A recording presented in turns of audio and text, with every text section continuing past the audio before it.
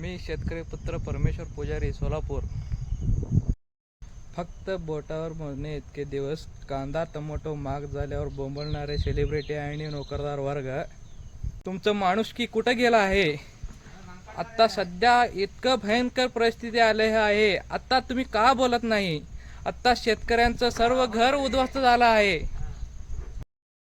जिल्ह्यातील लाखो शेतकऱ्यांचं सर्व पिकं वाहून गेल्यात. ऊस, सोयाबीन, कांदा, कापूस, तूर सर्व खरीप पिकं वाहून गेला आहेत. शेतातील सर्व माती सुद्धा वाहून गेला आहे.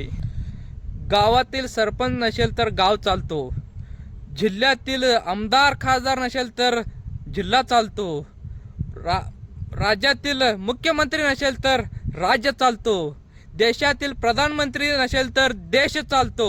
तसेच या शेतकरी नसेल तर सर्व जगातील लोकांनी माती खावं लागते, माती खावं लागते. कोरोनाच्या महामारी काळात शेतकऱ्यांचं महत्त्व काय आहे अख्खं जगाने पाहिलेलं आहे. कोरोनाच्या काळात अख्खं जग बंद होतं. त्या काळात शेतकऱ्यांनी स्वतः कष्ट करून अख्खा जगाला अन्न पुरवलेलं आहे, अख्खा जगाला जगवलेला आहे. हा शेतकरी अख्खा जगाला जगवलेला आहे. आता शेतकऱ्यांचा वाईट परिस्थिती आलेला आहे. शेतकऱ्यांचं सर्व पिकं वाहून गेलेलं आहे.